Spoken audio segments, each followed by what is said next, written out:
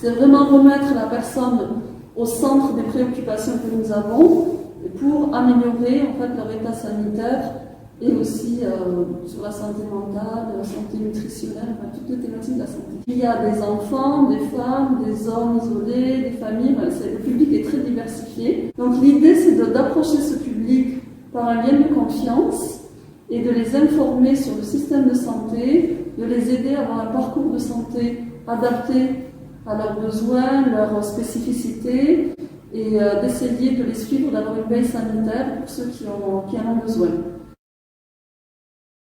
On avait l'habitude d'échanger par téléphone ou par mail, mais c'était beaucoup plus chronophage. Là, l'idée, c'est que sur une messagerie instantanée et sécurisée, on ait plusieurs partenaires à pouvoir se donner des informations.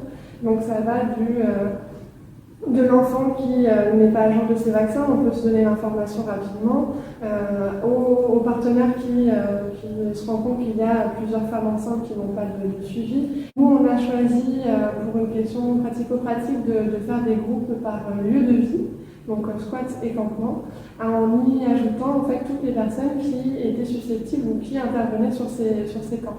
On a créé vraiment deux groupes pour chaque terrain, un groupe général où on peut échanger des informations plutôt générales sur ce qui se passe sur un camp, sur les passages d'huissiers pour des expulsions, et un groupe plus spécifique médical, où là pour le coup ne sont autorisés que les professionnels médicaux.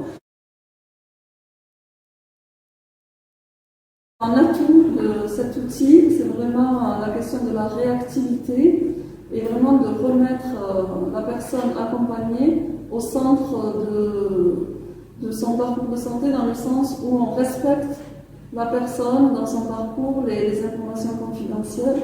Le fait qu'on conçoit avec cette messagerie, ça a relevé toute l'attente, donc des mails, des appels, ou même sur des fois sur les squats, on a le téléphone sur nous, on n'entend pas non plus. Donc du coup, tout ça est plus rapide pour nous et plus efficace. Et puis on garde une trace, c'est vrai que le mail, parfois on a beaucoup de mails et il y a un mail qui se perd, et autant sur la messagerie sécurisée, il suffit de remonter un petit peu dans la discussion et puis on retrouve l'information qu'on cherche, donc c'est intéressant. Et surtout du coup l'information est très vite, parce que du coup parfois on ne peut pas utiliser notre ordinateur pour voir des emails des partenaires. En fait, des partenaires nous disent directement, on va mettre les informations sur le SPICO. Ça facilite aussi les missions de coordination de la plateforme Santé Précarité, puisque nous avons vraiment des acteurs nombreux, divers, et ça a énormément facilité donc, la fluidité de la communication, le partage des informations, et in fine, ça a vraiment eu un impact sur la qualité des parcours de santé des personnes. Nous, on va continuer à utiliser Spico Discussion, notamment parce que ça nous aide beaucoup sur notre travail régulier, quotidien. On attend avec grande impatience de pouvoir utiliser Spico Dossier, qui va nous permettre sur des suivis en santé vraiment très particuliers, sur une personne en particulier, pouvoir échanger des informations.